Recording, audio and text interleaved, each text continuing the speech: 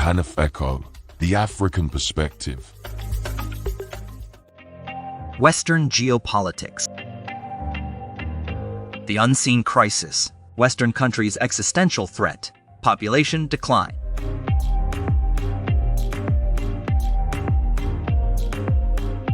While such issues as immigration and climate change have dominated global discourse, a real crisis is quietly unfolding in Western countries.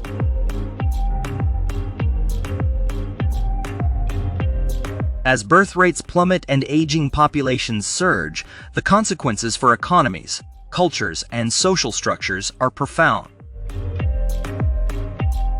This four-part video uncovers the overlooked existential threat of population decline and its far-reaching impact on Western geopolitical moves.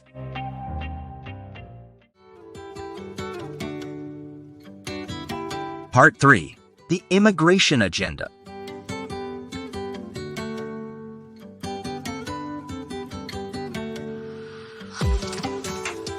All Western countries are at the core of the immigration issue for a variety of reasons. Whilst they all complain that they have too many migrants coming to their shore, it is vital to understand that this is a carefully orchestrated plan. A simple look at the top 5 requirements to stimulate sustainable economic growth can shed light on this issue. Number 1. A workforce. Developing a skilled and educated workforce through investments in education and training enhances productivity, innovation, and overall economic performance. Number 2. Loads of money. Adequate investment in infrastructure, machinery, and other physical assets is essential for improving productivity and efficiency. Number 3. Technology. Embracing new technologies and investing in research and development drives economic growth by increasing productivity, creating new industries, and fostering competitiveness. Number 4. Trade. Engaging in international trade, removing trade barriers, and participating in the global economy will expand market opportunities and facilitate the exchange of goods, services, and ideas. Number 5. Institutions and governance. Strong institutions, transparent regulations, and effective governance provide a stable business environment.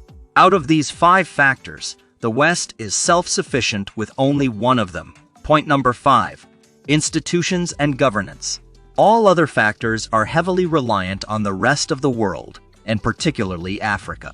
By ensuring permanent destabilisation of the African continent, the West has a better control over the first 4 key factors. In order to achieve their objectives, they use a number of strategies. The immigration crisis strategy.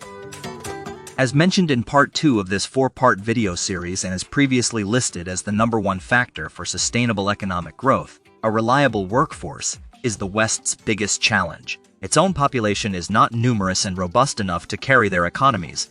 Therefore, they require a constant flow of African migrants, which they can then benefit from in various ways. They are obviously used as a workforce, but also as participants in the economy, by consuming and spending all of their hard-earned money. This African brain drain ensures that the continent remains stuck in this position of subordination. The corruption strategy. With the strong and talented out of the continent, it is easier to overpower or corrupt the ones left behind and to pillage the resources in impunity in order to guarantee point number 2. Beyond the worthless piece of paper which they call money, there has to be tangible resources to drive the economy. This quest for resources in itself creates a lucrative ecosystem of multinationals, loans, big projects, military and security investments, and so forth. The true wealth required for the West to survive is made through this system of domination. It isn't homegrown. The brain drain strategy. By carefully assembling point 1 and 2, they secure point 3, technology. The get-rich-or-die foreign workforce consistently produces the best students in universities. These are then able to utilize the resources made available to them to make technological advancements of all sorts on their behalf. All the while, the Western youth is being taught how to run the show from the sidelines, like during colonial times, only in a more subtle manner. The globalization strategy. Finally, once this migrant-powered production line bears its fruits, they need point number 4 to make even more money: trade. By preventing development and peace in Africa, they ensure it is in constant demand for imports, and as such, the West has a readily available market for the products they haven't produced themselves.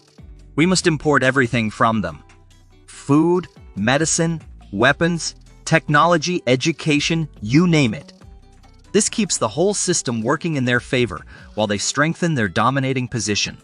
Crucially, this also acts as an arrogance preservative, which enables generation after generation of Westerners to keep up the good domination work. The rule of law strategy.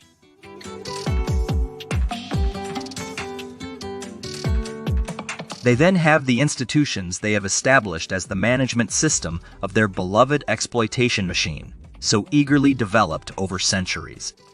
The most important ones are those that operate internationally, of course. For example, the United Nations and its tentacles, or the Bretton Woods institutions that impose their might on the world, the IMF and the World Bank. It is therefore evident that the issue of immigration is all smokes and mirrors. They need it. They want it, and just maximize the ways in which they can benefit from it.